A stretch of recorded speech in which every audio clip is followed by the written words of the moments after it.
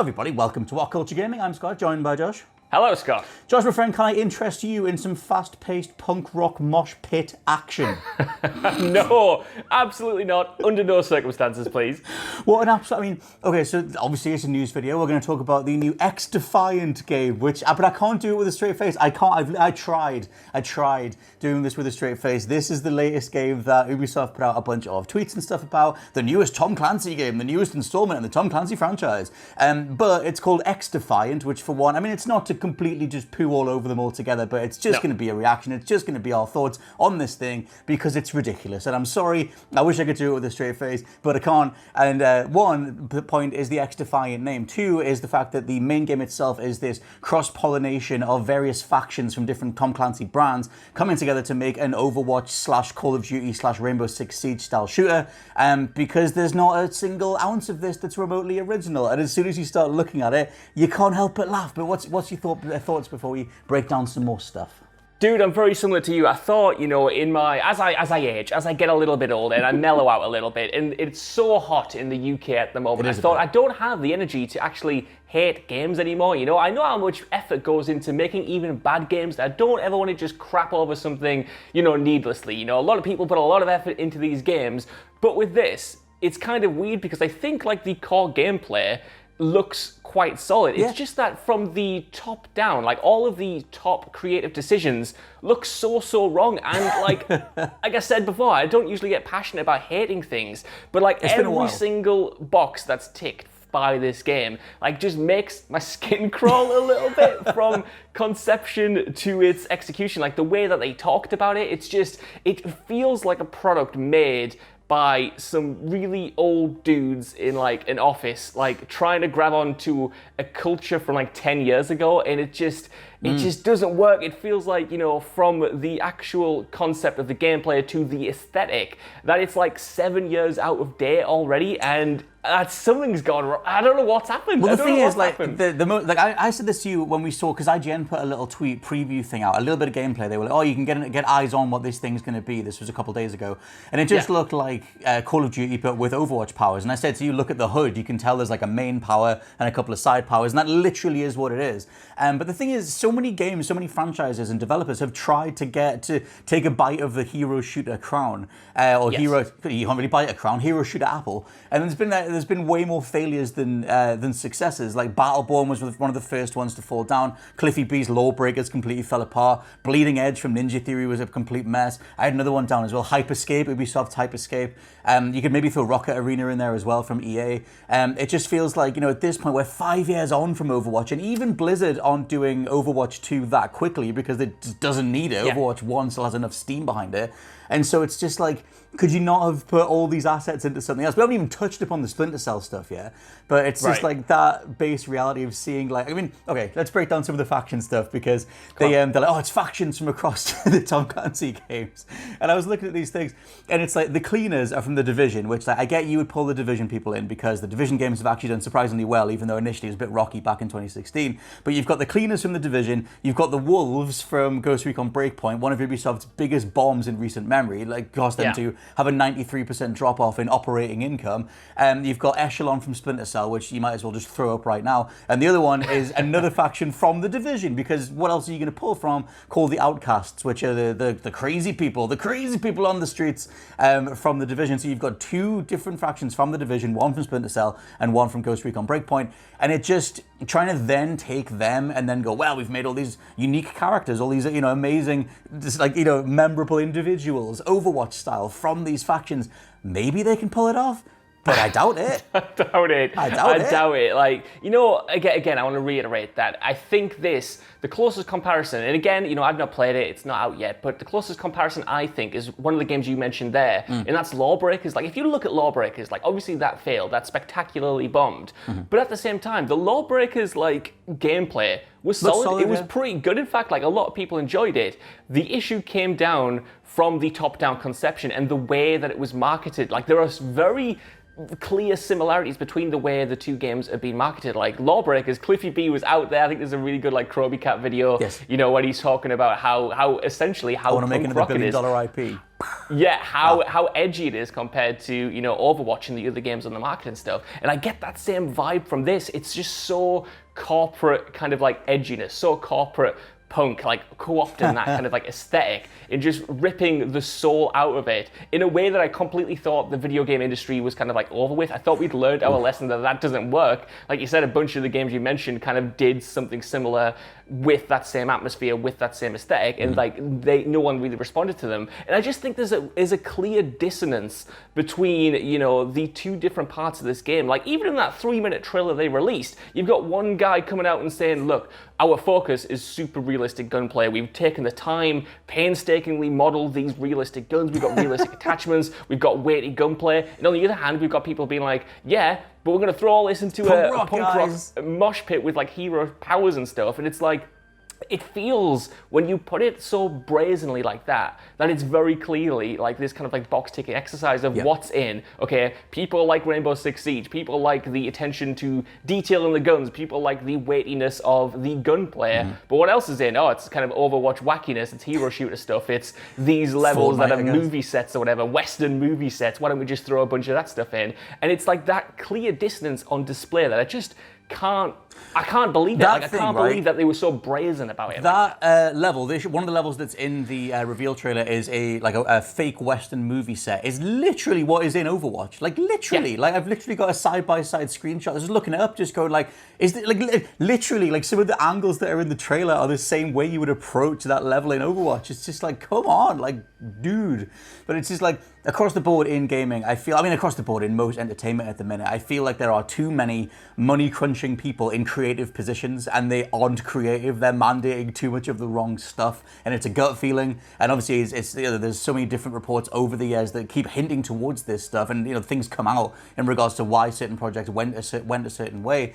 But this feels like it. This feels nakedly box ticking. This doesn't feel like a team of creatives sat down and wanted to do this from, you know, step one. It's not like people sat down and went, I want to rip off Overwatch and Call of Duty. Yeah, there's a market there. If we just Venn diagram it, we can do a little punk rock version of Call of Duty in the middle. Yeah. And even the Tom Clancy logo has that stupid like spiked hair thing. Like the Tom Clancy thing is just ridiculous at this point, man. Like when they bought it, like they bought the rights to the name in like 2008 or anything, and now they're just slapping things on games like in a Ubisoft original, Tom Clancy's, etc., etc. And yeah, like I fully agree with you there. Like I want to reiterate that, you know, I fully support like the actual developers working on this game. I hope that they can make something good. I hope they can make something interesting. I hope they're enjoying what they're doing. My issue is very much with kind of like the creatives at the very top of this company, because while it's easy to single out this game, this comes off the heels of a bunch of like really kind of weird announcements by the company. They had a weird E3, the games that they've been announcing, the way they announced the future of Assassin's Creed being live service and stuff. It just feels like, you know, as a ship, the creative direction that they're going in is just kind of not right. You know, we've got this as their kind of like new idea, and it's like, it just feels like they're like 5, 6, 7 years behind everyone else. It's weird. It's weird. Well, okay, let's talk about the Splinter Cell stuff, because I feel like, Splinter Cell overall, I feel like is a thing that belongs to a certain generation. It's been so long. It's been 2013. We're going to come up on 10 years before there's a main Splinter Cell installment. But in regards to, like you said, the way that they're, you know, approaching different avenues of creation and stuff, they've got like the Netflix Splinter Cell show. Oh, by the way, Sam Fisher's in Rainbow Six. Like they've got all these different, and they called him Zero. It's like they've got these different ways of approaching Splinter Cell Ephemera, Splinter Cell as a brand, but not properly, not right down the middle, not in a way that stays true to what Splinter Cell used to be. And even Clint Hocking is now working on something completely different, the creative director for Chaos Theory. And it's just like, in this case, they're now leaning on Splinter Cell as this Tom Clancy, you know, this like associated thing. Like, hey, we've brought in Echelon from the Splinter Cell series, but even that is like kind of barely like a thing. It's like, it's not like it's Fifth Freedom or anything, or whatever. Like they're sort of bringing stuff in from Splinter Cell, but it's clearly not Splinter Cell. You can't like cash in on that brand recognition when you've not done right by the brand for like 8 years now. Like, it just feels like this really weird thing.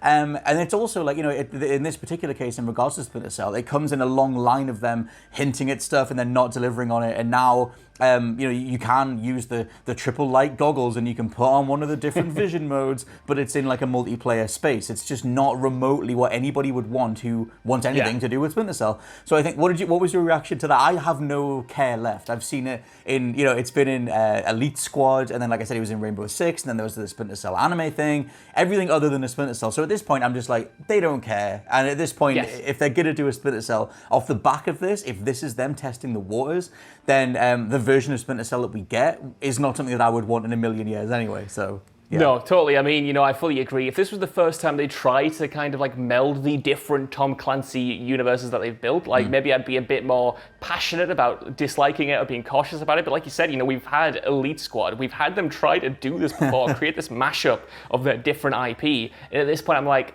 You've tried this a bunch of times. Like, is this all we've got? Is this all this company is? Basic soldier people as well. Like, it's just sort of like, the cleaners, the wolves. Like, they're not anything. Is this? I just feel like I look at this game and I think, is this all this company is now? Like, from a creative standpoint, they've got something else entirely going on with all of the allegations that came out last year, the restructuring that needs to be done, apparently the internal, frustration that some of those managers are still on projects and stuff. Like, that's one very serious topic that needs to be continued to be discussed. But on the other hand, just creatively and the way that they're moving as a company, like you said, like, I look at this game and it just reminds me of, like, like you said, like, the soulless, what IP do we have? How can we maximize profit? How can we cross the streams of fan bases to make the most money we possibly can? I just think that's such a soulless way to look at the brands that you've propped up over the past few years. Whether it's like a classic like Splinter Cell, which, like you said, means a lot to gamers of a certain generation, or whether it's even your new stuff like The Division. Like, The Division first two games, they were ambitious efforts. They were at least trying to do something. It had a fan base. People like that stuff. But when you kind of like strip all that away and you just have these box-ticking exercises of, okay, we're going to throw this in, we're going to throw that in, we're going to have a punk rock mosh pit, we're going to have some realistic guns, we're going to stir it all together and see what you get. It's just like, sorry to go on a big rant. I'm really sorry to go on a big rant. I'll just finish it now. Like, you've talked to me a lot, Scott. We've talked on this video. I know you're a big proponent of, like, has gaming just kind of like got to a point where, it's not that it's not for us anymore, but it's certainly past maybe its golden period. It's into a new era. And whether or not you stick with that new era, that new, direction or whatever, like, that kind of like, how far are you going to go with these companies pushing this as far as they go? I feel like, I'm looking at this and I never thought I'd reach a breaking point with it, but now I'm like, maybe it has passed me by. Maybe this just isn't for me. I don't know. Like, I mean, yeah, that conversation is that whole sort of thing of like, were the 2000s a golden age? Like, the discovery of narratives in games, the amount of different games that then pushed the envelope more, Metal Gear Solid, Uncharted, like the way that God of War went, and obviously, but I don't necessarily think it's not for us anymore. I just think that it's become such a fractured like approach to production. You've got these insane top AAA games that on the money crunching side have to make their budgets back, so you get all these really safe, sterile, soulless ways to do that, and anything in regards to making you feel something is very rarely present in the AAA space unless it's Naughty Dog or maybe Sony, but even they have a specific formula because they need to make the money back. So it's just kind of, I don't know, I don't think it has like passed us by necessarily, but I do think that's an interesting talking point on whether or not the 2000s were a golden age or not. But in regards to this though, like, it's not like it's coming at a point where, it's not like the Division landed that well. Like, Division 1 and 2, I mean, 2's been supported very well with DLC. It did a lot better than the Division 1. Ghost Recon Breakpoint was a complete catastrophic failure, and Splinter Cell hasn't been active for 8 years. So it's not like they're meshing together things where people,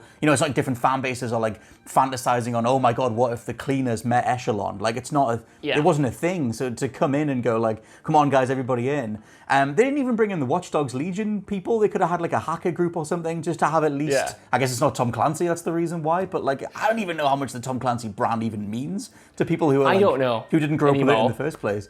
So a mess. Yeah, it's just, it's one of those things, you mentioned Splinter Cell in every E3, every kind of big announcement, we always have our little, almost kind of like a jokey thing at this point where we're like, oh, maybe they're going to announce Splinter Cell, and at this point I'm like, I don't even know if I trust this company to make a good Splinter Cell. I look at Rainbow Six Siege, for instance, a game that I really, really loved and that they supported for a long, long time, and I look at that title and I just think that was a fluke, wasn't it? That was a one-off, and that might never happen again, because everything else that you've made, even some of the stuff that I've quite liked, I quite liked Assassin's Creed Valhalla, I quite liked The Division, I quite liked Watch Dogs, I really liked Watch Dogs 2, but all of it just kind of like lacks that kind of spark that I thought Siege had. And like the further we get away from it, the more games that they announce, the more they announce that they're altering their franchises to be live services and go down these new areas, the more I just know that that was an anomaly and it's going to take a miracle to get something like that again. And this clearly, as much as I wanted it to be, was given it the benefit of the doubt yesterday,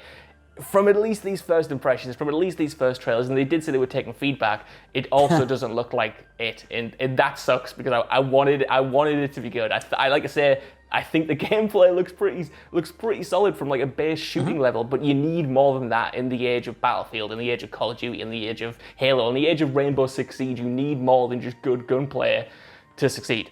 Yeah, and I think, you're appealing to a demographic who know this stuff. Maybe you can ensnare the wider mainstream who don't keep up with all the titles from the last sort of few years, but I doubt it. Most people have a game-playing friend that'll just point you at the thing that they're ripping off in the first place, and it'll die on the vine anyway. So it's just maybe it'll work. Like you said, the gameplay itself looks solid. The guns look pretty weighty. Like the actual movement looks pretty chunky. Like it seems like it does have a nice responsive feel to it. It's just that everything else around it feels so nakedly, brazenly ripping off other titles that you could just go play anywhere. Like Call of Duty Warzone is free at this point. Overwatch you can pick up for like a $5 or something. Like it's just, it'll be hard for them to break through. And I already listed the bodies that are on the path that they're trying to walk anyway. So it's like, it's going to be very hard for them to stand out. But not to worry, let us know what you think down in the comments of XDefiant. Is there any way in hell that this thing actually makes any impact in the coming years? For now, I've been Scott from WhatCulture.com. I mean, a human puddle, Josh from WhatCulture.com. And we'll catch you next time. Drip, drip, Bye-bye. Drip.